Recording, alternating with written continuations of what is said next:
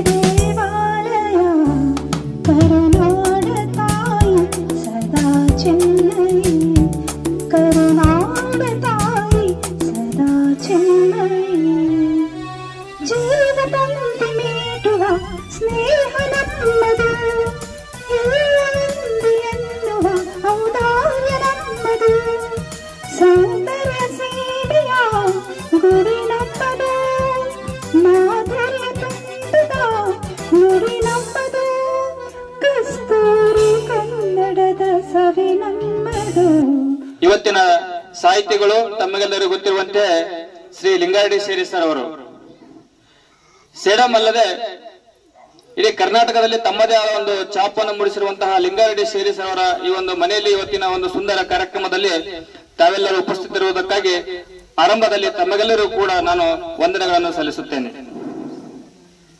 ಇವತ್ತಿನ ಈ ಒಂದು ಕಾರ್ಯಕ್ರಮದ ಸ್ವಾಗತ ಮತ್ತು ಪರಿಚಯ ಮತ್ತು ಸನ್ಮಾನದಲ್ಲಿ ಆರಂಭದಲ್ಲಿ ಈ ಒಂದು ಕಾರ್ಯಕ್ರಮದ ಸಂವಾದದ ಸಂಚಾಲನೆ ನೀಡಲಿರುವಂತಹ ಲಕ್ಷ್ಮಣ್ ರಂಜೋಳ್ಕರ್ ಸರ್ ಅವರಿಗೆ ಶ್ರೀ ಜಗದೀಶ್ ಕಡವುಗ ಸರ್ ಅವರು ಬಂದು ಅವರಿಗೆ ಸನ್ಮಾನಿಸಿ ಸ್ವಾಗತಿಸಬೇಕಾಗಿ ವಿನಂತಿಸಿಕೊಳ್ತೇನೆ.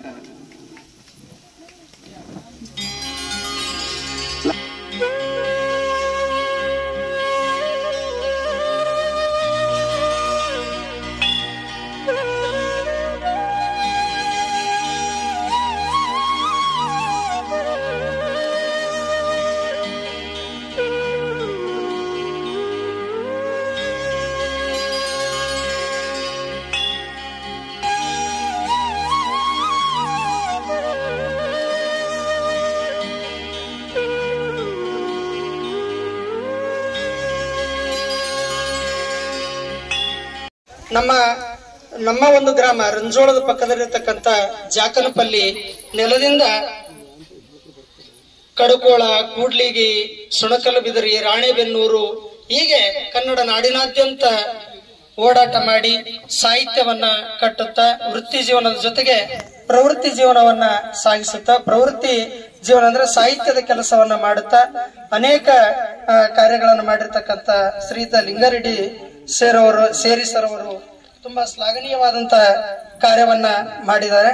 ಅವರ ಬದುಕಿನ ಕುರಿತು ಹೇಳುವುದಾದ್ರೆ ಶ್ರೀಯುತ ಲಿಂಗಾರೆಡ್ಡಿ ಸೇರಿ ಸರ್ ಅವರ ಬದುಕಿನ ಕುರಿತು ಹೇಳುವುದಾದ್ರೆ ಶ್ರೀಮತಿ ವೀರಮ್ಮ ಮತ್ತು ಶ್ರೀ ಬಸರೆಡ್ಡಿ ದಂಪತಿಗಳ ಉದರದಲ್ಲಿ ಏಪ್ರಿಲ್ 1, 1951ರಲ್ಲಿ ಜಾಕನಪಲ್ಲಿ ಎಂಬ ಸೇಡಂ ತಾಲೂಕಿನ ಜಾಕನಪಲ್ಲಿ ಎಂಬ ಕುಗ್ರಾಮದಲ್ಲಿ ಜನಿಸ್ತಾರೆ. ಆ ಒಂದು ಗ್ರಾಮ ಯಾವ ರೀತಿ ಅಂತಂದ್ರೆ ಆ ಒಂದು ಗ್ರಾಮಕ್ಕೆ ಯಾವುದೇ ಸಂಪರ್ಕಗಳಿರಲಿಲ್ಲ. ಒಂದು ಕಾಲಕ್ಕೆ ಸುಮಾರು ಒಂದು 50 ವರ್ಷಗಳಿಂದ ಯಾವುದೇ ಒಂದು ಸಂಪರ್ಕಗಳು ಇರದೇ ಇರತಕ್ಕಂತ ಒಂದು ಕುಗ್ರಾಮ.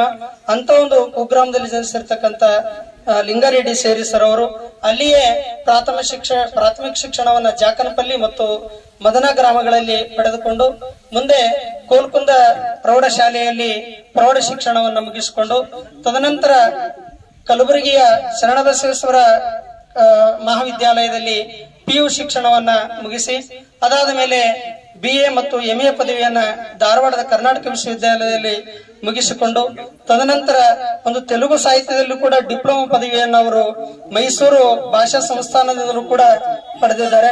ಅವರು ಸಾಹಿತ್ಯದಲ್ಲಿ ಎರಡೂ ಒಂದು ಭಾಷೆಯಲ್ಲಿ ಕೂಡ ಕನ್ನಡ ಮತ್ತು ತೆಲುಗು ಎರಡೂ ಭಾಷೆಯಲ್ಲಿ ಕೂಡ ಸಾಹಿತ್ಯವನ್ನ ರಚನೆ ಮಾಡತಕ್ಕಂಥ ಒಂದು ಪಾಂಡಿತ್ಯವನ್ನ ಪಡೆದಿರ್ತಕ್ಕಂಥದ್ದು ನಮ್ಮ ಸೇಡಂ ನೆಲದ ಒಂದು ಹೆಮ್ಮೆ ಅಂತ ಅನಿಸ್ತದೆ. ನಮ್ಮ ಸೇಡಂ ನೆಲಕ್ಕೆ ಕನ್ನಡ ಸಾಹಿತ್ಯ ಇತಿಹಾಸದಲ್ಲಿ ಬಹಳ ದೊಡ್ಡ ಪರಂಪರೆ ಇದೆ. ಯಾಕಂದ್ರೆ ಶ್ರೀ ವಿಜಯನಿಂದ ಹಿಡಿದು ಇಲ್ಲಿಯವರೆಗೆ ಕನ್ನಡದ ಒಂದು ಕೆಲಸಕ್ಕಾಗಿ ದೊಡ್ಡ ಕೊಡುಗೆ ಕೊಟ್ಟಿರ್ತಕ್ಕಂಥ ನೆಲ. ಶ್ರೀವಿಜಯ ಹೇಳ್ತಾನೆ, ಕಾವೇರಿಯಿಂದ ಮಾ ಗೋದಾವರಿವರೆಗೆ ವರಮಿರ್ಪ ಕನ್ನಡ ನಾಡದೊಳು ಚಿದರರ್ ವೀರರ್ ಸುಬಟರ್ಗಳು ಆನಾಡವರ್ಗಳು ಕುರಿತೋದದು ಎಂ ಕಾವ್ಯ ಪರಿಣತ ಮತಿಗಳು ಅಂತೇಳಿ ಆಗಿನ ಕಾಲದಲ್ಲಿ ಹೇಳಿರ್ತಕ್ಕಂಥದ್ದು. ಅದು ಇಲ್ಲಿಯವರೆಗೂ ಕೂಡ ನಡೆದುಕೊಂಡು ಬಂದಿದೆ. ಮನೆಯಲ್ಲಿ ಸಾಹಿತ್ಯ ಇದೆ. ಪ್ರತಿ ಮನೆಯ ಮನಸ್ಸುಗಳಲ್ಲೂ ಕೂಡ ಸಾಹಿತ್ಯ ಇವತ್ತು ಉದಯಿಸ್ತಾ ಇದೆ ಅಂತಂದ್ರೆ ನಮ್ಮ ಶೇಡಂನಲ್ಲಿ ನೂರಾರು ಜನ ಕವಿಗಳು ಸಿಗ್ತಾರೆ, ಕವಿ ಮನಸ್ಸುಗಳು ಸಿಗುತ್ತವೆ ಅಂತಕ್ಕಂಥ ಮಾತುಗಳನ್ನ ಈ ಸಂದರ್ಭದಲ್ಲಿ ಲಿಂಗಾರೆಡ್ಡಿ ಸೇರಿ ಸರ್ ಅವರ ಸಾಹಿತ್ಯ ಸಾಧನೆಯನ್ನ ನೋಡಿದಾಗ ನಮಗೆ ಅನಿಸ್ತದೆ. ಇವರ ಒಂದು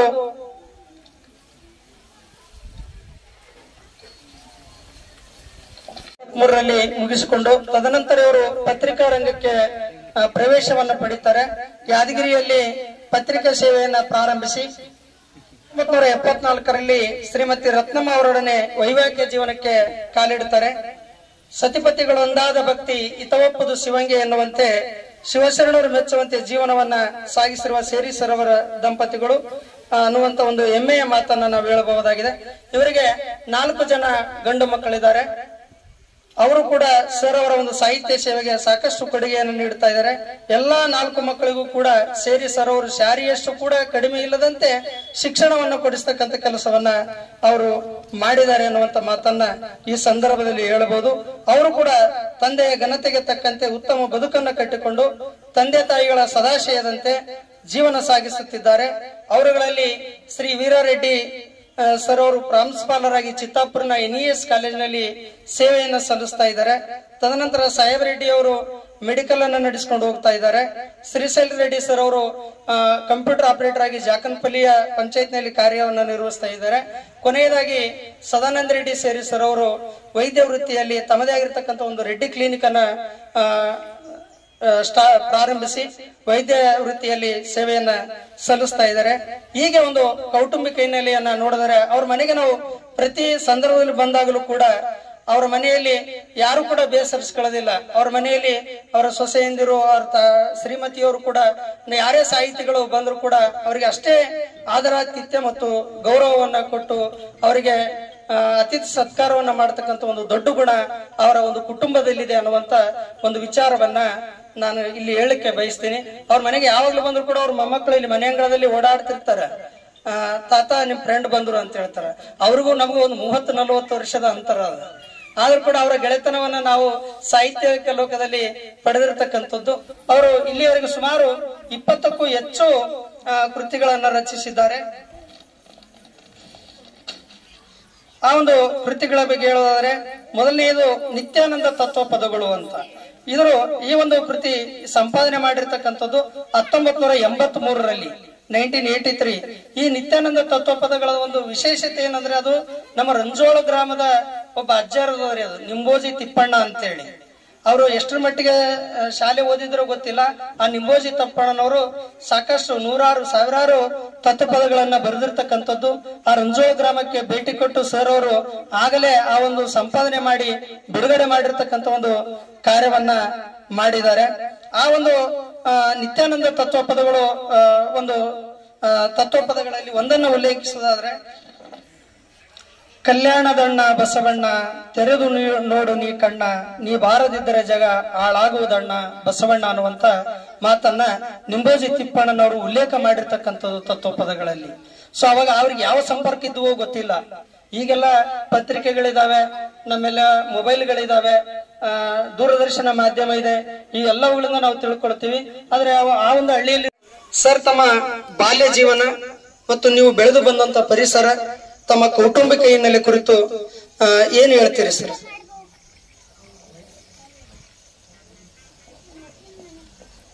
ಮೊದಲಿಗೆ ಇವತ್ತಿನ ದಿವಸ ನಮ್ಮ ಮನೆಗೆ ಬಂದು ಇಲ್ಲಿ ನನ್ನ ಒಂದು ಆನಂದದಲ್ಲಿ ಭಾಗಿಯಾಗಿ ಅದನ್ನ ಹೆಚ್ಚಿ ಮಾಡ್ತಕ್ಕಂಥ ಈ ಕಾರ್ಯಕ್ರಮದೊಳಗೆ ಭಾಗವಹಿಸಿದಂಥ ತಮಗೆಲ್ಲ ಶಿರವಾಗಿ ನಮಿಸುತ್ತ, ಸರ್ ಹೇಳಿದರು ನನ್ನ ಕೌಟುಂಬಿಕ ಹಿನ್ನೆಲೆ ಸಾಹಿತ್ಯಿಕ ಹಿನ್ನೆಲೆ ಅಲ್ಲ. ನಾವು ಪಕ್ಕಾ ರೈತ ಮನೆತನದವರು. ನಮಗೆ ಎತ್ತು ಗೊತ್ತು, ಮನೆ ಗೊತ್ತು, ಹೊಲ ಗೊತ್ತು, ಕುಂಟಿ ರೆಂಟಿ ನೇಗ್ಲಿ ಎಲ್ಲ ಗೊತ್ತು. ಅದು ಬಿಟ್ರೆ ಮತ್ತೇನು ಗೊತ್ತಿರಲಿಲ್ಲ. ನಮ್ಮ ಅಪ್ಪ ಅಮ್ಮಗೂ ಗೊತ್ತಿಲ್ಲ, ಅವರು ಅನಕ್ಷರಸ್ಥರು. ಆದರೆ ಸುದೈವ ಏನು ಅಂತಂದ್ರೆ ನಮ್ಮಪ್ಪ ತನಗೆ ಏನ್ ಸಿಕ್ಕಿಲ್ಲೋ ಆ ವಿದ್ಯೆನ ನನಗೆ ಒದಗಿಸಿಕೊಟ್ರು. ನನಗಂತ ಗುರುಗಳು ಸಿಕ್ಕಿದ್ರು, ನೆನೆಸ್ಕೋಬೇಕು ಈ ಸದ್ಯಕ್ಕೆ. ಯಾಕಂದ್ರೆ ಗುರುಗಳ ಮಾರ್ಗದರ್ಶನ ಬೇಕೇ ಬೇಕು, ಅದು ಇದ್ರೇನೆ ಸಾಧ್ಯ ಅನ್ನೋದಕ್ಕೆ ನಾನೇ ಉದಾಹರಣೆ. ನಾನು 8ನೇ ಕ್ಲಾಸ್ ಬಿಟ್ಟಾಗ ಬಿಡಿಸಿದ್ರು, ಶಾಲೆ ಬಿಟ್ಟು ನಾನು ಒಕ್ಕಲ್ತನ ಮಾಡಕ್ಕೆ ರೆಡಿ ಆಗಿದ್ದೆ. ಅಂತ ಸಮಯದೊಳಗೆ ತಡಕಲ್ನಿಂದ ಒಬ್ರು RS ಸ್ವಾಮಿ, ರೇವಣಸಿದ್ದಯ್ಯ ಸ್ವಾಮಿ ಅಂತ ಹೈಸ್ಕೂಲ್ ಟೀಚರ್ ಆಗಿ ಬಂದಿದ್ರು. ಅವರು ಕೋಲ್ಕುಂದದಲ್ಲಿ ಇರ್ತಿದ್ರು.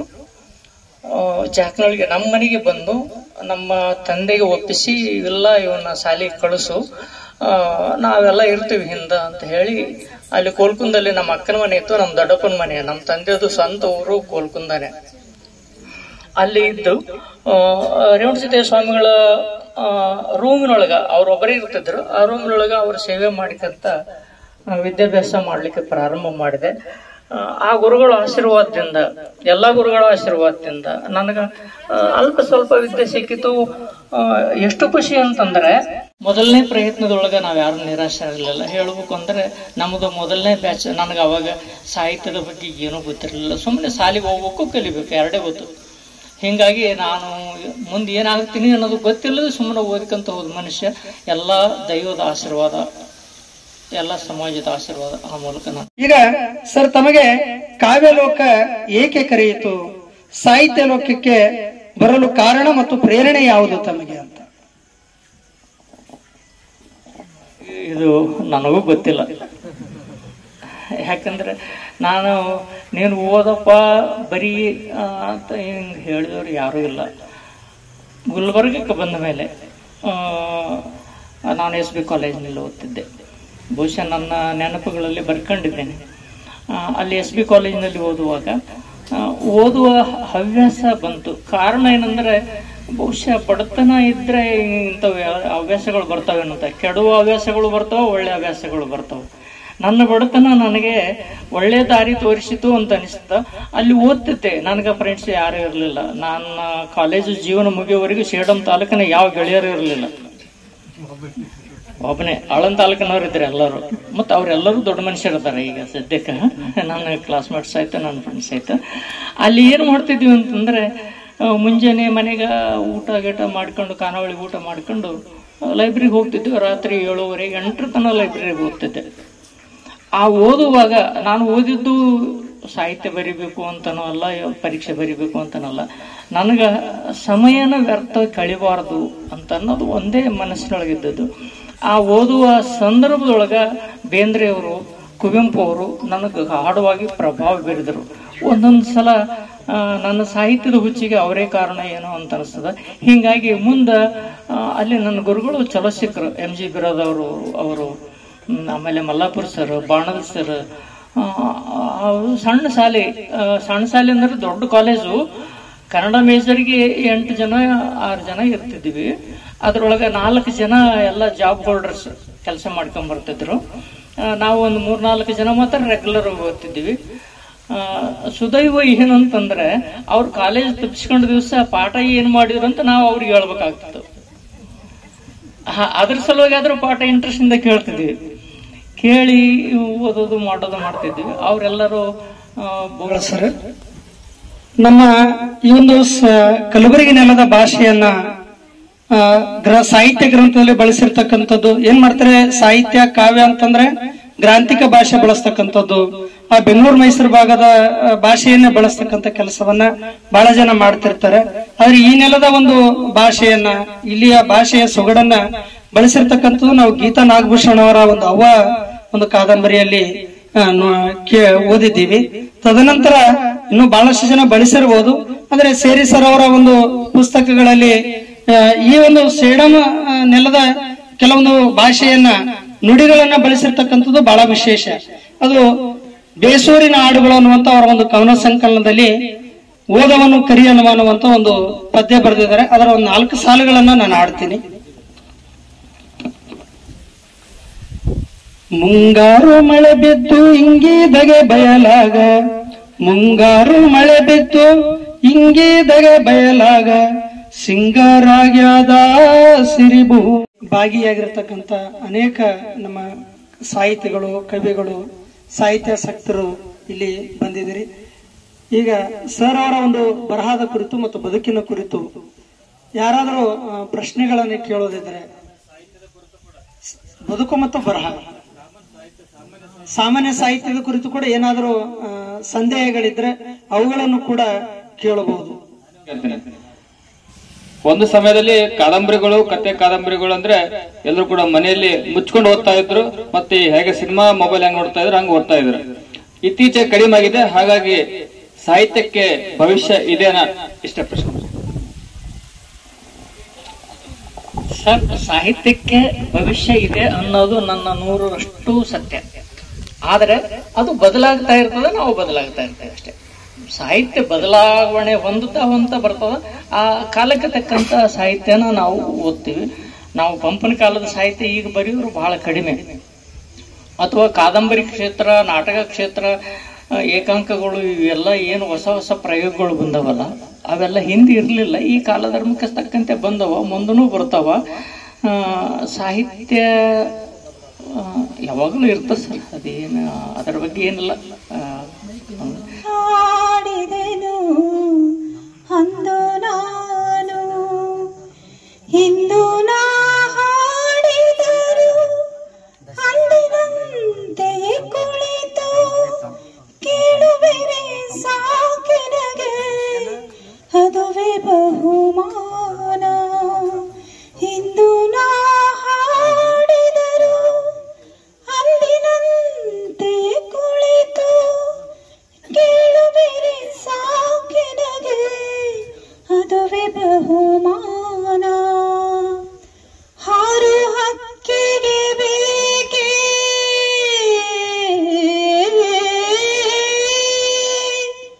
ಹಾರು ಹಕ್ಕಿಗೆ ಬೇಕೆ ಬೆರೆದು ಸನ್ಮಾನ. ಇದೆ ತುಂಬಿ ಹಾಡಿದೆನು ಅಂದು ನಾನು, ಎಲ್ಲ ಕೇಳಲಿ ಎಂದು ನಾನು ಹಾಡುವುದಿಲ್ಲ, ಹಾಡುವುದು ಅನಿವಾರ್ಯ ಕರ್ಮ ನನಗೆ. ಎಲ್ಲ ಕೇಳಲಿ ಎಂದು ನಾನು ಹಾಡುವುದಿಲ್ಲ, ಹಾಡುವುದು ಅನಿವಾರ್ಯ ಕರ್ಮ ನನಗೆ. ಕೇಳುವವರಿಹರೆಂದು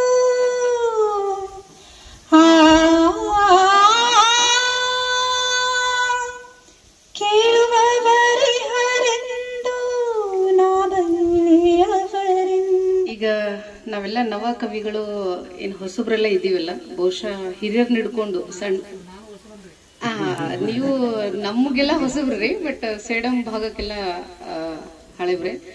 ಈಗ ನಾವು ಇತ್ತೀಚೆಗೆ ಮೀಡಿಯಾಗಳು ಅಂತ ಇದಾವೆ, ವಾಟ್ಸಪ್ ಆಯ್ತು, ಫೇಸ್ಬುಕ್ ಆಯ್ತು, ಈ ತರ ಎಲ್ಲ ನಾವು ಬಳಸ್ಕೊಳ್ತೀವಿ ಸಾಹಿತ್ಯ ಪ್ರಸಾರ ಆಗ್ಲಿಕ್ಕೂ ಕೂಡ. ಈಗ ನಮ್ಮದೇ ಆದಂತ ಸಾಹಿತ್ಯ ರಚನೆ ಮಾಡಿದ್ದನ್ನ ನಾವು ಅಪ್ಲೋಡ್ ಮಾಡ್ತಾ ಇರ್ತೀವಿ. ವಾಟ್ಸಪ್ ಆಗಿರ್ಬೋದು, ಫೇಸ್ಬುಕ್ ಆಗಿರ್ಬೋದು, ಇಂತಹ ಮೀಡಿಯಾಗಳನ್ನು ಬಳಸ್ಕೊಂಡು ನಮ್ಮ ಸಾಹಿತ್ಯವನ್ನ ನಾವು ಬರೆದದ್ದನ್ನ ಹಾಕ್ತಿವಿ.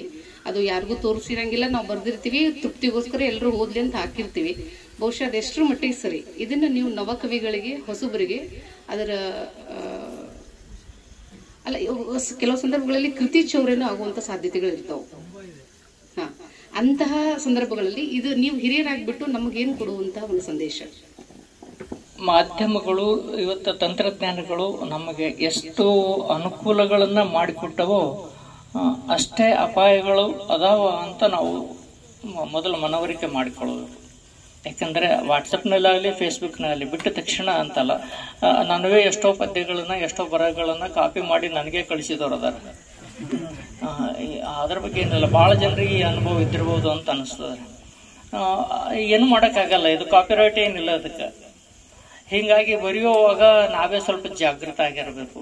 ಆಮೇಲೆ ನಾನು ಬಹುಶಃ ನಿಮ್ಮ ಬರಹಗಾರರ ವೇದಿಕೆಯೊಳಗೆ ಒಂದ್ಸಲ ಯಾರ್ದೋ ಒಂದು ಫಾರ್ವರ್ಡ್ ಮಾಡಿದ್ದೆ. ನೀವು ಖುಷಿಗಾಗಿ ಬರಿತೀವಿ ಅಂದ್ರೆ ಬರಿಬೋದು, ಏನು ತೊಂದರೆ ಇಲ್ಲ. ಇದು ನಂದೇ, ಇದು ನನ್ನ ಹಕ್ಕಿನಲ್ಲಿ ಇರಬೇಕು, ಯಾರು ಮುಟ್ಟಬಾರ್ದು ಅಂದರೆ ಆಗೋದಿಲ್ಲ. ಇದು ಸಮಾಜದ ಒಳಗೆ ಬಂದ ಮೇಲೆ ಒಂಥರ ಅದು ಎಲ್ಲರೂ ಸ್ವತ್ತ ಮಾಡ್ಕೋಬಹುದು, ಅವ್ರವ್ರು ನಮ್ಗೆ ಹೇಳೋದಿಲ್ಲಲ್ಲ. ಹಿಂಗಾಗಿ ಅಪಾಯ ಅಂತೂ ಇದ್ದೇ ಅದ ರೀ. ಅದಕ್ಕೆ ಸಾಧ್ಯ ಆದಷ್ಟು ಹೋದ್ರೆ ಹೋಗ್ಲಿ ಅಂತನ್ನೋರು ನಮ್ಮ ಗುರುರಾಜ್ ಹೊಸಕೋಟೆ ಅವ್ರು ಅದಾರ. ಯಾರ ಹಾಡ್ಲಿ ಆಡ್ಕೊಂತ ಹೋಗ್ರಿ ಸಾಕಂತ, ನಾನೇ ಬರ್ದೀನಿ ಅಂತ ನನ್ನ ಹೆಸರೇ ಹೇಳ್ಬೇಡ್ರಿ ಅಂತ ಹೇಳ್ತಾರೆ ಅವರು. ಸುಮ್ಮನೆ ಹಾಡ್ತೀನಿ, ನಾನೊಂದು ಹಾಡು ಆಡ್ತೀನಿ, ನೀವು ನಿಮಗೆ ತಿಳಿದಂಗೆ ಆಡ್ರಿ. ಒಟ್ಟು ಅದು ಜನರ ಮಧ್ಯಕ್ಕೆ ಇರಬೇಕು. ಜನಪದ ಸಾಹಿತ್ಯದ ಮೂಲ ಒಂದು ಸ್ವರೂಪನೇ ಹಂಗಲ್ಲ. ಈ ವಿಶಾಲ ಮನೋಭಾವ ಇದ್ರೆ ವಾಟ್ಸಪ್ನೊಳಗೆ ಫೇಸ್ಬುಕ್ನೊಳಗೆ ಬರೀಬಹುದು. ಇಲ್ಲ ಅಂತಂದ್ರೆ ಬರೀಬೇಕ್ರಿ. ಬರೆಯೋದು ಒಂದು ಅಭ್ಯಾಸ ಮಾಡಿಕೊಳ್ಳಿಕ್ಕೆ ಅದೊಂದು ಪ್ರಯೋಗಶಾಲೆ ಅಂತ ತಿಳ್ಕೋಬಹುದು ಅಷ್ಟೇ. ಸಾಹಿತ್ಯ ಮಾಡಿರ್ತಕ್ಕಂಥ ಸಾಹಿತ್ಯ ರಚನೆ ಮಾಡಿರ್ತಕ್ಕಂಥ ಹೆಸರು ಮುಖ್ಯನು. ಸಾಹಿತ್ಯ ಯಾರಿಗೆ ಮನ ಮುಟ್ಟರು ಸಾಕು. ಇಂದಿನ ಪರಿಸ್ಥಿತಿಯಲ್ಲಿ ಪುಸ್ತಕವನ್ನು ಖರೀದಿ ಮಾಡಿ ಓದ್ತಕ್ಕಂಥ ಸಂಖ್ಯೆ ಕಡಿಮೆ ಇದೆ. ಈಗೆಲ್ಲ ಮೇಡಮ್ ಹೇಳಿದ ಫೇಸ್ಬುಕ್, ವಾಟ್ಸಪ್, ಟ್ವಿಟರ್, ನನಗೆ ಅದೇ ಪ್ರಶ್ನೆ ರೈಸ್ ಮಾಡ್ಬೇಕಂದ್ರೆ ಕೇಳ್ಬಿಟ್ರು ಮೇಡಮ್ ಅವರು. ಬಟ್ ಹೆಸರು ಮುಖ್ಯನೋ ನನ್ನ ವಿಷಯ ಮತ್ತು ಮುಟ್ರ ಮುಖ್ಯನೋ? ಇದು ಹೆಂಗದ ಅಂತಂದ್ರೆ, ಇತ್ತೀಚಿನ ಬರಹಗಾರರಲ್ಲಿ ಹೆಸರಿಗಾಗಿ ಬರೆಯೋರೇ ಹೆಚ್ಚಾಗಿ ಕಂಡು ಬರ್ತಾರೆ. ಹಿಂದೆ ನಾನು ಓದಿದ ಸಾಹಿತ್ಯದ ಬಹುಭಾಗದಲ್ಲಿ ಕವಿಗಳು ಕೆಲವು ಕಡೆ ತಮ್ಮ ಹೆಸರೇ ಹೇಳ್ಕೊಂಡಿಲ್ಲ, ಅಂತಹ ಕವಿಗಳು ಸಹಿತ ಸಾಹಿತ್ಯ ರಚನೆ ಮಾಡಿದ್ದಾರೆ. ಅಂದ್ರೆ ಕವಿಗಳು ಹೆಸರು ಅದ್ರ ಪಾಡಿಗೆ ಅದು ಬರಬೇಕು ಅಷ್ಟೇ ಹೊರತಾಗಿ ಹೆಸರಿಗಾಗಿ ಬರೆಯೋದು ಸಾಹಿತ್ಯದ ಉದ್ದೇಶ ಅಲ್ಲೇ ಅಲ್ಲ. ಇಷ್ಟು ಮಾತ್ರ ಹೇಳಲಿಕ್ಕೆ ಇಷ್ಟಪಡ್ತೇನೆ, ಜಾಸ್ತಿ ಹೇಳೋದಲ್ಲ. ನಮ್ಮ ಕುಟುಂಬದವರಿಗೂ ತುಂಬ ಸಂತೋಷದ ವಿಷಯ. ನಾನು ಸಾಹಿತ್ಯ ಪರಿಷತ್ತಿಗೆ ಎಷ್ಟು ಕೃತಜ್ಞತೆಗಳನ್ನು ಹೇಳಿದರೂ ಕಡಿಮೆನೆ. ಅದಕ್ಕೆ ನಾನು ಋಣಿಯಾಗಿದ್ದೀನಿ, ನಮ್ಮ ಕುಟುಂಬದವರೆಲ್ಲ ಋಣಿಯಾಗಿದ್ದಾರೆ. ಮುಖ್ಯವಾಗಿ ಹೇಳಬೇಕಾಯ್ತಂದ್ರೆ ನಮ್ಮ ಪ್ರಕಾಶ್ ಗೋಣಿಗೆ ಅವರು, ಅದೇನು ಹುಚ್ಚು ಅಭಿಮಾನ ಅಂತ ಕಾಣಿಸುತ್ತೆ. ಬೆನ್ನು ಬಿಡ್ಲಾರ್ದಂಗೆ 2 ತಿಂಗಳಿಂದ ಸತತವಾಗಿ ನಿಮ್ಮ ಮನೆಯಲ್ಲಿ ಕಾರ್ಯಕ್ರಮ ಮಾಡೋಣ ಅಂತ ಮುಂದಕ್ಕೆ ಹಾಕ್ತಾ ಬಂದು ಇವತ್ತಿಗೆ ಒಂದು ನೆಲೆಯನ್ನು ಕಂಡದ. ಅದಕ್ಕೆ ಹಿಂದೆ ನಿಂತು ಹೆಸರು ಹೇಳಿಕೊಳ್ಳಾರ್ದಂಗ ನನ್ನ ಜೊತೆಗೆ ಮಾತಾಡ್ಲಾರ್ದಂಗ ಇದು ಮಾಡಲೇಬೇಕು ಅಂತ ಅಂದವರು ಸುಮಾಚ್ ಚೌಡ್ಕರ್, ಕನ್ನಡ ಸಾಹಿತ್ಯ ಪರಿಷತ್ತಿನ ಅಧ್ಯಕ್ಷರು. ಸಾಹಿತ್ಯ ಪರಿಷತ್ತಿನ ಆಶೀರ್ವಾದ ಹಿಂಗದ ಅಂತ ನಾನು ಭಾವಿಸ್ಕೊಂಡಿದ್ದೇನೆ. ಇದಕ್ಕೆ ಎಲ್ಲ ಸಾಹಿತ್ಯ ಪರಿಷತ್ತಿನ ಪದಾಧಿಕಾರಿಗಳಿಗೆ ಇವತ್ತು ಬಂದಂತ ಎಲ್ಲರೂ ದೊಡ್ಡವರಿದ್ದಾರೆ, ನಿಮ್ಮ ಹೆಸರು ತಗೊಂಡು ಹೇಳೋದರಿಂದ ಏನು ಲಾಭ ಇಲ್ಲ ಅಂತ ಕಾಣಿಸುತ್ತೆ. ಯಾಕಂದ್ರೆ ಪ್ರತಿಯೊಬ್ಬರು ಒಂದು ಸಂಘಟನೆಯನ್ನ ನಿರ್ವಹಣೆ ಮಾಡತಕ್ಕಂತಹ ಒಂದು ಸಾಮರ್ಥ್ಯವನ್ನು ತೋರಿಸ್ತಕ್ಕಂಥ ಅವರು ಇಲ್ಲಿ ಇರೋದ್ರಿಂದ ನಾವು ಮುಖ್ಯವಾಗಿ ಹೇಳ್ಬೇಕು, ನಾವು ನಮ್ಮ ಸೇಡಂ ತಾಲೂಕಿನ ಸಾಂಸ್ಕೃತಿಕ ಚಟುವಟಿಕೆಗಳನ್ನ ಹೆಸರನ್ನ ಹರಡಲಿಕ್ಕೆ ಸಾಧ್ಯ ಆಗುತ್ತೆ.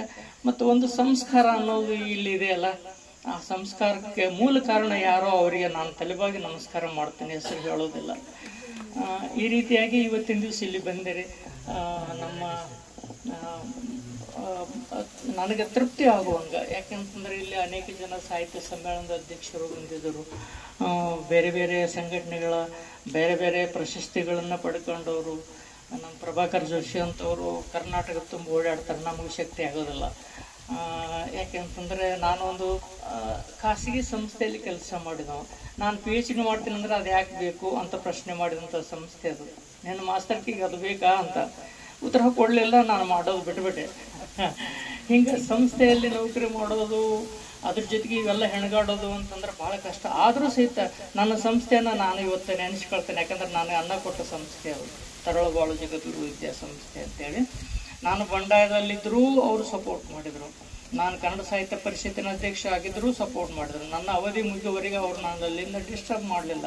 ನಾನು ಹೋಗಿ ಕೊಟ್ಟೂರಿನಲ್ಲಿ ಒಂದು ಸಂಘಟನೆ ಮಾಡಿಕೊಂಡು ಅಲ್ಲಿ ಅನೇಕ ಕಾರ್ಯಕ್ರಮಗಳನ್ನು ಮಾಡ್ತಿದ್ದೆ. ನಮ್ಮ ಸಂಸ್ಥೆಯಲ್ಲಿ ನಮ್ಮ ಸಂಸ್ಥೆಯ ಮುಖ್ಯಸ್ಥರಾಗಲಿ, ಹೆಡ್ ಮಾಸ್ಟರ್ ಆಗಲಿ ಅಥವಾ ಅಲ್ಲಿನ ಪದಾಧಿಕಾರಿಗಳು ಯಾರೂ ಸಹಿತ ನನ್ನ ಪ್ರಶ್ನೆ ಮಾಡಲಿಲ್ಲ. ಜೊತೆಗೆ ಅವರು ಒಂದು ಮಾತು ಹೇಳಿದ್ರು, ನನ್ನ ಖುಷಿ ಇವತ್ತಿಗೂ ನೆನಪದ. ಏನಂದ್ರೆ, ನಮ್ಮ ಸೇರಿ ಅವರು ಇರೋದ್ರಿಂದ ಇಡೀ ತಾಲೂಕ ನಮ್ಮ ಶಾಲೆನ ನೋಡಂಗೆ ಆಯ್ತಲ್ಲ ಅಂತ. ಈ ರೀತಿ ಖುಷಿ ಪಡೋದು ಪಾಸಿಟಿವ್ ಥಿಂಕಿಂಗ್ ಅಂತ ಕರಿತೀವಿ ಇದನ್ನು. ಇಂತಹ ಮನೋಭಾವ ಇದ್ದಾಗ ನಾವು ಬೆಳೀಲಿಕ್ಕೆ ಸಾಧ್ಯ ಆಗ್ತದೆ. ನಮ್ಮ ಸಂಸ್ಥೆ ಹಾಗೇನೆ ಬೆಳೆದಿದೆ. ನಾನು ವಚನ ಸಾಹಿತ್ಯದ ಬಗ್ಗೆ ಆಸಕ್ತಿ ನನಗೆ ಮೊದಲು ಇರಲಿಲ್ಲ. ಅಲ್ಲಿ ಹೋದ್ಮೇಲೆ ಒಂದು ಸಣ್ಣ ಕಾರ್ಯಕ್ರಮ ಮಾಡ್ತಿದ್ದರು, ದಂದಾಣದ ತನಗೋಷ್ಠಿ ಅಂತ, ಬಸವಣ್ಣವ್ರ ವಚನದಲ್ಲಿ ಬರ್ತದವರು. ಸಿರಿಗನ್ನಡಂ ಗೆಲ್ಗೆ ಇಂದು ಶುಭ ಸಂಜೆಯಂದು ಪಿತೃಸ್ವರೂಪರಾದಂತಹ ಶ್ರೀ ಲಿಂಗಾರೆಡ್ಡಿ ಶೇರಿ ಸರ್ ಅವರ ಮನೆಯ ಅಂಗಳದಲ್ಲಿ ನಾವು ಸಾಹಿತಿಗಳ ಒಂದು ಸಂವಾದ ಕಾರ್ಯಕ್ರಮವನ್ನು ಹಮ್ಮಿಕೊಂಡಿದ್ದೇವೆ. ಈ ಒಂದು ಸುಂದರ ಅರ್ಥಪೂರ್ಣವಾದ ಒಂದು ಕಾರ್ಯಕ್ರಮಕ್ಕೆ ವೇದಿಕೆ ಮೇಲೆ ಆಸೀನರಾಗಿ ಈ ಕಾರ್ಯಕ್ರಮದ ಸಂವಾದ ಕಾರ್ಯಕ್ರಮವನ್ನು ಬಹಳ ಅದ್ಭುತವಾಗಿ ಅರ್ಥಪೂರ್ಣವಾಗಿ ಮನಮುಟ್ಟುವಂತೆ ಎಲ್ಲರಿಗೂ ಕೂಡ ತಮ್ಮ ಅನುಭವದ ಮಾತುಗಳನ್ನ ಸಾಹಿತ್ಯ ಕೃಷಿ ಕ್ಷೇತ್ರದಲ್ಲಿ ಮಾಡಿರುವಂತಹ ಸಾಧನೆ ತಪಸ್ಸನ್ನ ನಮ್ಮೆಲ್ಲರಿಗೂ ಕೂಡ ರಸದೂಟದಂತೆ ಉಣಬಡಿಸಿದರೆ ನಿಜವಾಗ್ಲೂ ಕೂಡ ಅವರಿಗೆ ನಮ್ಮ ಕನ್ನಡ ಸಾಹಿತ್ಯ ಪರಿಷತ್ತಿನ ವತಿಯಿಂದ ತುಂಬು ಹೃದಯದ ಧನ್ಯವಾದಗಳನ್ನ ಅರ್ಪಿಸುತ್ತಾ, ಹಾಗೆ ಮತ್ತೋರ್ವ ಪಿತೃ ಸ್ವರೂಪರಾದಂತಹ ಶಿವಯ್ಯ ಸ್ವಾಮಿ ಬಿಬ್ಬಳೆ ಸರ್ ಅವರೇ, ವಿಠಲ್ ಬರಮಕರ ಸರ್ ಅವರೇ, ದಸ್ತಗಿರಿ ಸರ್ ಅವರೇ, ಹಾಗೆ ಸಂವಾದ ಕಾರ್ಯಕ್ರಮದ ಸಂಚಾಲಕರಾದಂತಹ ಸೋದರರಾದಂತಹ ಲಕ್ಷ್ಮಣ ರಂಜೋಳ್ಕರ್ ಸರ್ ಅವರೇ, ಹಾಗೆಯೇ ಮಾತೃ ಸ್ವರೂಪರಾದಂತಹ ಅಕ್ಕನಾಗಮ್ಮ ಮೇಡಮ್ ಅವರೇ, ಹಾಗೆಯೇ ಸುವರ್ಣ ದೊಡ್ಡಮನಿ ಮೇಡಮ್ ಅವರೇ, ಹಾಗೆ ತಾಯಿ ಸ್ವರೂಪರಾದಂತಹ ಸುಲೋಚನಾ ಅಮ್ಮನವರೇ, ಹಾಗೆ ಪ್ರೇಮಳಾ ಮೇಡಮ್ ಅವರೇ, ಹಾಗೆ ನಮ್ಮ ಯಾವಾಗ್ಲೂ ಮಾರ್ಗದರ್ಶಕರು, ಯಾವಾಗ್ಲೂ ಕೂಡ ಈ ರೀತಿ ಕಾರ್ಯಕ್ರಮಗಳನ್ನ ಮಾಡಿ ಅಂತೇಳಿ ಸದಾ ನಮ್ಮ ಸಾಹಿತ್ಯ ಪರಿಷತ್ತಿಗೆ ಬೆನ್ನೆಲುಬಾಗಿ ಸಾಹಿತ್ಯ ಪರಿಷತ್ತಿನ ಮಾರ್ಗದರ್ಶಕರಾಗಿರುವಂತಹ ನಿಕಟಪೂರ್ವ ಅಧ್ಯಕ್ಷರಾಗಿರುವಂತಹ ಸಿದ್ದಪ್ಪ ತಳ್ಳಳ್ಳಿ ಸರ್ ಅವರೇ, ಹಾಗೆ ಮತ್ತೋರ್ವ ಮಾರ್ಗದರ್ಶಕರಾಗಿರುವಂತಹ ಪ್ರಭಾಕರ್ ಜೋಶಿ ಸರ್ ಅವರೇ, ಹಾಗೆ ಅಣ್ಣಸಾಗರ್ ಸರ್ ಅವರು ಯಾವಾಗ್ಲೂ ಕೂಡ ಕನ್ನಡ ಸಾಹಿತ್ಯ ಪರಿಷತ್ತಿಗೆ ಯಾವಾಗ್ಲೂ ಈ ರೀತಿಯ ಕಾರ್ಯಕ್ರಮಗಳನ್ನ ಮಾಡಿ ಅಂತೇಳಿ ಸದಾ ಬೆನ್ನೆಲುಬಾಗಿ ನಮ್ಗೆ ಪ್ರೋತ್ಸಾಹವನ್ನ ಕೊಡ್ತಾರೆ. ಅಣ್ಣಸಾಗರ್ ಸರ್ ಅವರಿಗೆ, ಹಾಗೆ ಸಂತೋಷ್ ತೊಟ್ನಳ್ಳಿ ಸರ್ ಅವರೇ, ಹಾಗೆ ಈ ಒಂದು ಕಾರ್ಯಕ್ರಮದಲ್ಲಿ ನೆರೆದು ಸಾಕಷ್ಟು, ಹಾಗೆ ಮತ್ತೋರ್ವ ರುಕ್ಮಿಣಿ ಕಾಳಗಿ ಅಕ್ಕನವರೇ, ಹಾಗೆ ಎಲ್ಲ ಕನ್ನಡ ಮನಸ್ಸುಗಳೇ, ಹಾಗೆ ಮುಖ್ಯವಾಗಿ ನಮ್ಮ ಲಿಂಗಾರೆಡ್ಡಿ ಶೇರಿ ಸರ್ ಅವರ ಸುಪುತ್ರರು, ಹಾಗೆ ಸೊಸೆಯಂದಿರು, ಮೊಮ್ಮಕ್ಕಳು ನಮ್ಗೆ ನಿಜವಾಗ್ಲೂ ಈ ಒಂದು ಕಾರ್ಯಕ್ರಮಕ್ಕೆ ಒಂದು ಯಾವ ರೀತಿಯ ಸಂತೋಷದ ಆಧಾರದಿಂದ ಆಹ್ವಾನಿಸಿ ಎಷ್ಟು ಅದ್ಭುತವಾದ ಒಂದು ಕಾರ್ಯಕ್ರಮವನ್ನ ನಾವು ಅಚ್ಚುಕಟ್ಟವಾಗಿ ಕೊನೆಯ ತನಕ ಮಾಡೋದಕ್ಕೆ ಅವರು ಸಹಕಾರವನ್ನ ಕೊಟ್ಟಿದ್ದಾರೆ. ಅವ್ರಿಗೂ ಕೂಡ ಎಲ್ಲರಿಗೂ ಧನ್ಯವಾದಗಳನ್ನ ಅರ್ಪಿಸುತ್ತಾ, ಇವತ್ತು ಲಿಂಗಾರೆಡ್ಡಿ ಶೇರಿ ಸರ್ ಅವರು ಮಾಡಿರುವಂತಹ ಕೃಷಿ ಒಂದು ಸಾಹಿತ್ಯ ಕ್ಷೇತ್ರದಲ್ಲಿ ಮಾಡಿರುವಂತಹ ಕೃಷಿ ದೊಡ್ಡ ತಪಸ್ಸೆ ಅಂತ ಅನ್ಬೋದು. 20 ಕೃತಿಗಳನ್ನ ಹೊರತರೋದು ಅಷ್ಟು ಸುಲಭದ ಮಾತಲ್ಲ. ಅದು ಇಂಥ ಒಂದು ಒತ್ತಡದ ಸಮಸ್ಯೆಗಳು, ಏನೇ ಆದ್ರೂ ಒಂದು ಕುಟುಂಬದ ಒಂದು ಕೌಟುಂಬಿಕವಾದ ಒಂದು ಸಮಸ್ಯೆಗಳ ಒತ್ತಡಗಳಿಂದನೂ ಕೂಡ ಅವರ ವೃತ್ತಿಯಲ್ಲಿ ಪ್ರವೃತ್ತರಾಗಿ 20 ಕೃತಿಗಳನ್ನ ಹೊರತಂದಿದ್ದಾರೆ. ನಿಜವಾಗ್ಲೂ ಕೂಡ ಒಂದೊಂದು ಪುಸ್ತಕದ ಒಂದು ಶೀರ್ಷಿಕೆ ನೋಡಿದಾಗ ಖುಷಿ ಅನ್ಸುತ್ತೆ, ಅಷ್ಟು ಚೆನ್ನಾಗಿದೆ ಆ ಪುಸ್ತಕದಲ್ಲಿ ಮತ್ತೆ ಏನಿರ್ಬೋದು ವಿಷಯ ಅಂತ ಕೇಳುವಂಗೆ. ಹಾಗೆ ನಮ್ಮ ಲಕ್ಷ್ಮಣ್ ರಂಜೋಳ್ಕರ್ ಸರ್ ಅವ್ರು ಬರ್ದಿರುವಂತಹ ಒಂದು ಗೀತೆಗಳನ್ನ ಎಷ್ಟು ಚೆನ್ನಾಗಿ ರೈತರ ಒಂದು ಮನದಾಳದ ಒಂದು ಯಾವ ರೀತಿ ಅವನಿಗೆ ಖುಷಿ ಅನ್ಸುತ್ತೆ, ಯಾವ ರೀತಿ ಆ ನೃತ್ಯದಲ್ಲಿ ಅವನು ತೊಡ್ಕೊಂಡು ಯಾವ ರೀತಿ ಕೆಲಸಗಳನ್ನ ಮಾಡ್ಕೊಂಡು ಅವನು ಖುಷಿ ಪಡ್ತಾನೆ ಅನ್ನೋದ್ರ ಬಗ್ಗೆ, ರೈತರ ಬಗ್ಗೆ ಒಂದು ಕವನವನ್ನ ಬರೆದಿದ್ದಾರೆ. ನಿಜವಾಗ್ಲೂ ಬಹಳ ಖುಷಿ ಅನ್ನಿಸ್ತು. ಮತ್ತೆ ಸುಂದರವಾಗಿ ಕೂಡ ಸುಮಧುರ ಕಂಠದಿಂದ ಅವರು ಲಕ್ಷ್ಮಣ್ ಸರ್ ಅವರು ಬಹಳ ಚೆನ್ನಾಗಿ ಹಾಡಿದ್ರು. ಹಾಗೆ ಜೊತೆಯಲ್ಲಿ ಲಿಂಗಾರೆಡ್ಡಿ ಶೇರಿ ಸರ್ ಅವರು ಬಂಡಾಯ ಸಾಹಿತಿಗಳು, ಹಾಗೆ ಸಮಸಾಹಿತ್ಯ ವೇದಿಕೆಯ ಕರ್ತೃ, ಹಾಗೆ ಬಯಲು ಸಾಹಿತ್ಯ ವೇದಿಕೆಯ ಕರ್ತೃಗಳಾಗಿ ಸಾಕಷ್ಟು ಲೇಖನಗಳನ್ನ ಕವಿತೆಗಳನ್ನ ಬರೆದಿದ್ದಾರೆ. ಅವರು ಹೇಳಿದ್ರು, ಬಂಡಾಯ ಸಾಹಿತ್ಯದ ಬಗ್ಗೆ ನಾವು ತಿಳ್ಕೊಂಡಿರೋದು ನಿಜವಾಗ್ಲೂ ಕೂಡ ಒಂದು ಸೀಮಿತ ಒಂದು ಮನಸ್ಥಿತಿ. ಅವ್ರು ಹೇಳಿದ್ರು, ಬಂಡಾಯ ಅನ್ನೋದು ಕೇವಲ ಒಂದು ಅಸೂಹೆ, ಬಡತನ, ಒಂದು ಅಸ್ಪೃಶ್ಯತೆ ಮತ್ತೆ ಜಾತಿ ಭೇದ ಇಂಥದಷ್ಟೇ ಅಲ್ಲ. ಬಂಡಾಯ ಸಾಹಿತ್ಯ ಅನ್ನೋದು ಎಲ್ಲದರಲ್ಲೂ ಅಡಗಿದೆ. ಅದು ಧರ್ಮದಲ್ಲೂ ಕೂಡ ಇದೆ. ಆ ಕಟ್ಟುಪಾಡುಗಳು, ನಿಯಮಗಳು, ನಿಬಂಧನೆಗಳು ಏನಿದೆಯಲ್ಲ, ಆ ಒಂದು ನಿಬಂಧನೆಗಳು ಅವು ಕೂಡ ಒಂದು ಬಂಡಾಯವನ್ನ ಹೇಳುವಂತಹ ಒಂದು ವಿಷಯಗಳೇ ಅಲ್ವಾ ಅಂತ ಹೇಳಿದ್ರು. ನಿಜವಾಗ್ಲೂ ನಾವು ಅದನ್ನ ಮಾರ್ಮಿಕವಾಗಿ ವಿಚಾರ ಮಾಡುವಂತಹ ಒಂದು ಮನಸ್ಥಿತಿ ಆ ಒಂದು ಕ್ಷಣದಲ್ಲಾಯ್ತು. ಜೊತೆನಲ್ಲಿ ಒಲವಿನ ಗೀತೆ, ಅದು ನಾವು ತಿಳ್ಕೊಂಡಂಗೆ ಸಂಕುಚಿತ ಮನೋಭಾವನೆಯಿಂದ ನಾವು ಹೊಲವು ಅಂದ ತಕ್ಷಣ ನಮ್ಮವ್ರಿಗೆ ಅಷ್ಟೇ ಸೀಮಿತ ಮಾಡ್ತೀವಿ. ಅವ್ರು ಹೇಳಿದ್ರು ಹೊಲವು ಅಂದ ತಕ್ಷಣ ಎಲ್ಲ ಒಂದು ವಿಷಯ, ಒಂದು ಯಾವ್ದಾದ್ರು ಒಂದು ವಸ್ತುನ ಚೆನ್ನಾಗಿದೆ ಅಂತ ನೋಡಿದಾಗ, ಅದನ್ನ ನಾವು ಇಷ್ಟಪಟ್ಟು ನೋಡಿದಾಗ ನೋಡೋ ದೃಷ್ಟಿ ಏನಿದೆಯಲ್ಲ, ಆ ದೃಷ್ಟಿ ಮೇಲೆ ಅಲ್ಲಿಗೆ ನಮ್ಮ ಒಲವು ಮೂಡುತ್ತೆ ಅನ್ನೋದನ್ನ ಬಹಳ ವಿಶಾಲವಾದ ಮನಸ್ಸಿನಿಂದ ಹೇಳಿದ್ರು. ನಿಜವಾಗ್ಲೂ ಅದು ಒಲವು ಅನ್ನೋ ಒಂದು ಏನು ವಿಷಯ ಇದೆಯಲ್ಲ, ಏನು ಪದ ಇದೆಯಲ್ಲ, ಅದು ಎಷ್ಟು ವಿಶಾಲವಾಗಿದೆ ಅನ್ನೋದನ್ನ ಅವರ ಒಂದು ನುಡಿಗಳಲ್ಲಿ ಹೇಳಿದ್ರು. ಖುಷಿ ಅನ್ನಿಸ್ತು ಅದನ್ನು ಕೂಡ. ಹಾಗೆ ಜೊತೆಯಲ್ಲಿ ಅವರು ಸಾಕಷ್ಟು ಲೇಖನಗಳನ್ನ ಬರೆದಿದ್ದಾರೆ, ನಮ್ಮೆಲ್ಲರಿಗೂ ಸ್ಫೂರ್ತಿದಾಯಕರಾಗಿದ್ದಾರೆ. ನಿಜವಾಗ್ಲೂ ಒಬ್ಬ ಲೇಖಕನಿಗೆ ಯಾವಾಗ ಖುಷಿ ಅನ್ಸುತ್ತೆ ಅಂದ್ರೆ, ಒಂದು ಪುಸ್ತಕ ಬರೆದು ಬಿಡುಗಡೆ ಮಾಡಿ ಆ ಪುಸ್ತಕದ ಬಗ್ಗೆ ಅದು ಮಾಹಿತಿಯನ್ನ ಪಡ್ಕೊಂಡು ಎಲ್ಲ ಅವ್ರ ವಿಷಯನ್ನ ಹಂಚ್ಕೊಂಡಾಗಲ್ಲ. ಯಾವಾಗ ಖುಷಿ ಅನ್ಸುತ್ತೆ ಅಂತಂದ್ರೆ, ನಿಜವಾಗ್ಲೂ ನನಗನ್ಸಿದ ಮಟ್ಟಿಗೆ ಸರ್ ತಮ್ಮಗ ಸಂತೃಪ್ತಿ ಅಂತ ಅನ್ಸಿರೋದು 20 ಕೃತಿಗಳ ಸಮಗ್ರ ಕೃತಿಯನ್ನ ಇವತ್ತು ಅವರು ಎಲ್ಲರ ಮುಂದೆನೂ ಹಂಚ್ಕೊಂಡಿದಾರಲ್ಲ, ಇವಾಗ ಅವರಿಗೆ ನನಗನ್ಸಿದ ಮಟ್ಟಿಗೆ ಅವರಿಗೆ ಸಂತೃಪ್ತಿ ತಂದಿದೆ ಅಂತ ಅನ್ಸ್ತದೆ. ಯಾಕಂದ್ರೆ ಒಂದೊಂದು ಕೃತಿಗಳನ್ನ ಬಿಡುಗಡೆ ಮಾಡಿ ಅದರ ಬಗ್ಗೆ ಹೇಳಿ ಮಾಡೋದಕ್ಕಿಂತ ಸಮಗ್ರ ಕೃತಿಯನ್ನ ಬರೀಲಿಕ್ಕೆ ನಿಮ್ಗೆ ಯಾರು ಪ್ರೇರಣೆ ಆದ್ರು ಅಂತ ಕೇಳೋಕೆ ಆ ವೇದಿಕೆಗಳು ಇರಲ್ಲ, ಇಂಥ ಕ್ವಶನ್ಗಳು ಇರಲ್ಲ, ಇಂಥ ಪ್ರಶ್ನೆಗಳು ಇರಲ್ಲ. ಅಲ್ಲಿ ಏನಿದ್ರು ಆ ವಿಷಯಕ್ಕೆ ಸಂಬಂಧಪಟ್ಟಿದ ಕೃತಿಗಳ ಬಿಡುಗಡೆ ಆಗುತ್ತೆ. ಅದರದು ಏನು ಎತ್ತ, ಅದರದ್ದು ಒಳಗಡೆ ವಿಷಯ ವಸ್ತುಗಳ ಬಗ್ಗೆ ಮಾತಾಡ್ತೀವಿ. ಆದ್ರೆ ಇದಕ್ಕೆಲ್ಲ ಸಮಗ್ರವಾಗಿ ಕೃತಿಗಳ ರಚನೆಗೆ ಯಾರು ಪ್ರೇರಕರು? ಇಷ್ಟೆಲ್ಲ ಬರದ್ರಿ, ನಿಮಗೆ ಪ್ರವೃತ್ತಿಯಲ್ಲಿ ಇಷ್ಟು ಆಸಕ್ತಿ ಬರ್ಲಿಕ್ಕೆ ಯಾವಾಗ ಬಂತು? ಇಷ್ಟ ಆಸಕ್ತಿ ಯಾರಿಂದ ಬಂತು? ಇಷ್ಟೆಲ್ಲ ನಾವು ಕೇಳ್ತಾ ಕೇಳ್ತಾ ಇಷ್ಟೆಲ್ಲ ಕೃತಿಗಳ ಯಾವ್ದ್ಯಾವ್ದು ವಿಭಿನ್ನವಾದ ಕೃತಿಗಳ ಬಗ್ಗೆ ನಾವು ಆಲೋಚನೆ ಮಾಡ್ತಾ ಹೋಗ್ತಾ ಇರ್ತೀವಿ. ಹಾಗೆ ನಮ್ಗೆ ಸರ್ ಅನ್ಸುತ್ತೆ, ಈಗ ಲಿಂಗಾರೆಡ್ಡಿ ಶೆರಿ ಸರ್ ಅವ್ರಿಗೆ ಇಷ್ಟೆಲ್ಲ ಪ್ರಶ್ನೆಗಳನ್ನ ಕೇಳಿ ಇಷ್ಟೆಲ್ಲ ಅಭಿಪ್ರಾಯಗಳನ್ನ ತಿಳ್ಕೊಂಡ್ರು ಕೂಡ ಅವರಲ್ಲಿ ಕೆಲವೊಂದು ಇನ್ನೊಂದಿಷ್ಟು ಪ್ರಶ್ನೆ ಕೇಳಿದ್ರೆ ನಾನು ಈ ರೀತಿ ಉತ್ತರ ಮಾಡ್ಬೋದಿತ್ತೇನೋ ಅಂತ ಎಷ್ಟೋ ವಿಷಯಗಳು ಅವ್ರ ಮನಸ್ಸಿನಲ್ಲಿ ಇದೆ. ಯಾಕಂದ್ರೆ ಆ ರೀತಿ ಪ್ರಶ್ನೆಗಳು ಕೇಳಿದ್ರೆ ನಾನು ಹೇಳ್ತೀನಲ್ಲ. ಯಾಕಂದ್ರೆ ಸಾಹಿತ್ಯ ಪರಿಷತ್ತು ಸೇಡಂ ಮನೆ ಅಂಗಳದಲ್ಲಿ ಮಾತುಕತೆ ಇದು 2ನೇ ಕಾರ್ಯಕ್ರಮ ನಮ್ಮ ಮನೆಯಲ್ಲಿ ನಡೀತಾ ಇರತಕ್ಕಂಥದ್ದು. ನಮಗೆಲ್ಲರಿಗೂ ಸುದಯದ ಮತ್ತು ಬಹಳ ಖುಷಿ ಕೊಡ್ತಕ್ಕಂಥ ಸಂದರ್ಭ. ಅದು ನಮ್ಮ ತಂದೆಯವರ ಆಶ್ರಯದಲ್ಲಿ ನಡೀತಕ್ಕಂಥ ಕಾರ್ಯಕ್ರಮ. ಈ ಕಾರ್ಯಕ್ರಮದಲ್ಲಿ ಭಾಗವಹಿಸಿ ಸಂವಾದದ ಚಾಲನೆಯನ್ನ ಸಂಚಾಲನೆಯನ್ನ ಕೊಟ್ಟಿರ್ತಕ್ಕಂಥ ಶ್ರೀ ಲಕ್ಷ್ಮಣ್ ರಂಜೋಳ್ಕರ್ ಸರ್ ಅವರಿಗೆ ನಮ್ಮ ಕುಟುಂಬದ ಪರವಾಗಿ, ಕನ್ನಡ ಸಾಹಿತ್ಯ ಪರಿಷತ್ತಿನ ಪರವಾಗಿ ಹಾಗೂ ಇಲ್ಲೆಲ್ಲ ನೆರೆದಿರ್ತಕ್ಕಂಥ ಹಿರಿಯರ ಪರವಾಗಿ ನನ್ನ ವಂದನೆಗಳನ್ನು ಸಲ್ಲಿಸ್ತಾ ಇದ್ದೀನಿ.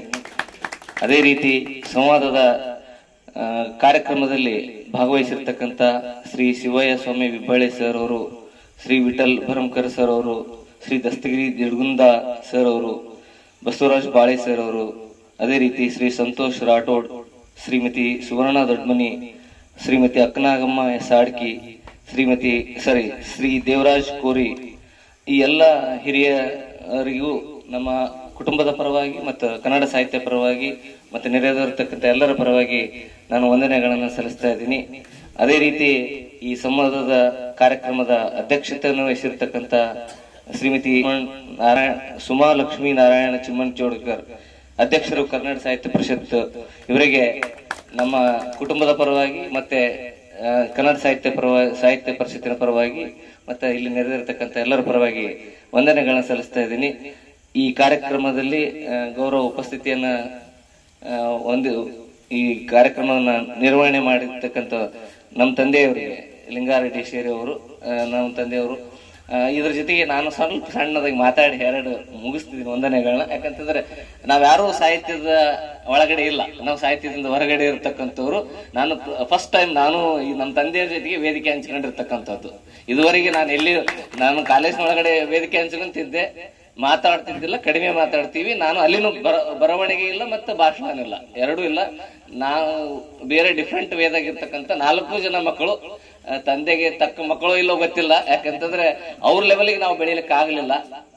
ಅವರೆಲ್ಲರೂ ದೊಡ್ಡ ಲೆವೆಲ್ಗೆ ಬೆಳೆದ್ರು. ಅವ್ರ ದೊಡ್ಡ ಸಂಪರ್ಕದ ಒಳಗಡೆ ನಾವು ಅವ್ರ ಹೆಸರು ಹೇಳ್ಕೊಂಡು ನಾವು ಸ್ವಲ್ಪ ಏನೋ ನಮ್ಮನ್ನ ಕಾರ್ಯಕ್ರಮಗಳಲ್ಲಿ ಭಾಗವಹಿಸೋದ್ರ ಮುಖಾಂತರ ಸಾಹಿತ್ಯವನ್ನ ಕೇಳ್ತೀವಿ ಮತ್ತು ಆಸ್ವಾದಿಸ್ತಿದೀವಿ. ನಮ್ಮ ತಂದೆಯವರು ಅವಾಗ ನಮ್ಮ ತಾಯಿ ಜೊತೆ ಕೂತ್ಕೊಂಡು ನಮ್ಗ ಕತೆ ಕವನ ಬರೆದಿದ್ದು ಓದಿ ನಮ್ಗೆ ತಿಳಿಸ್ತಾ ಇರ್ತಿದ್ರು. ಬಹಳ ಖುಷಿ ಅನಿಸ್ತಿತ್ತು. ಬಟ್ ನಮ್ಗೆ ಯಾರಿಗೂ ಆ ಒಲವಿಲ್ಲ. ಬಟ್ ಬೇಸರದ ಸಂಗತಿ, ಯಾಕಂತಂದ್ರೆ ಸಾಹಿತ್ಯ ಅನ್ನೋದು ಕೇಳಿದ್ರಲ್ಲ, ಬರೀಬೇಕಾದ್ರೆ ಸುಮ್ಮನೆ ಆಗೋಂಗಿಲ್ಲ ಅಂತಂದೇಳಿ ನಾವು ಎಲ್ಲರೂ ಬರವಣಿಗೆಯಲ್ಲಿ ನಮ್ಗೆ ಅಕ್ಷರ ಗೊತ್ತು, ಜ್ಞಾನ ಗೊತ್ತು, ಅದ್ರ ಬರವಣಿಗೆಯಲ್ಲಿ ತರಬೇಕಾಗಿದ್ರೆ ಬಹಳ ಕಷ್ಟದ ಕೆಲಸ. ಎಲ್ಲರೂ ಸಾಹಿತಿಗಳಾಗ್ಲಿಕ್ಕೆ ಸಾಧ್ಯ ಇಲ್ಲ. ಓದಿದವರೆಲ್ಲರೂ ಸಾಹಿತಿಗಳಾಗಂಗಿತ್ತಂತಂದ್ರೆ ಬಹಳ ಇದಾಗ್ತಿತ್ತು ಅಂತಂದೇಳಿ. ಬರವಣಿಗೆ ಅನ್ನೋದು ಕೆಲವೊಬ್ಬರಿಗೆ ಒಲಿಯುತ್ತದೆ, ಕೆಲವೊಬ್ಬರಿಗೆ ಅಷ್ಟೇ ಇರಿಸಿರ್ತಕ್ಕಂಥದ್ದು. ನಾವು ಕೇಳುಗರಾಗಿ ಇದೀವಿ ಅಂತಂದೇಳಿ. ಹೌದಾ, ನಾವು ಬರೀ ಕೇಳುಗರಾಗಿದ್ದೀವಿ. ನಮ್ಮ ತಂದೆಯ ಸಾಹಿತ್ಯವನ್ನ ಕೇಳ್ತಿದೀವಿ, ಸಾಹಿತ್ಯವನ್ನ ಓದ್ತಾ ಇದೀವಿ ಅಷ್ಟೇ.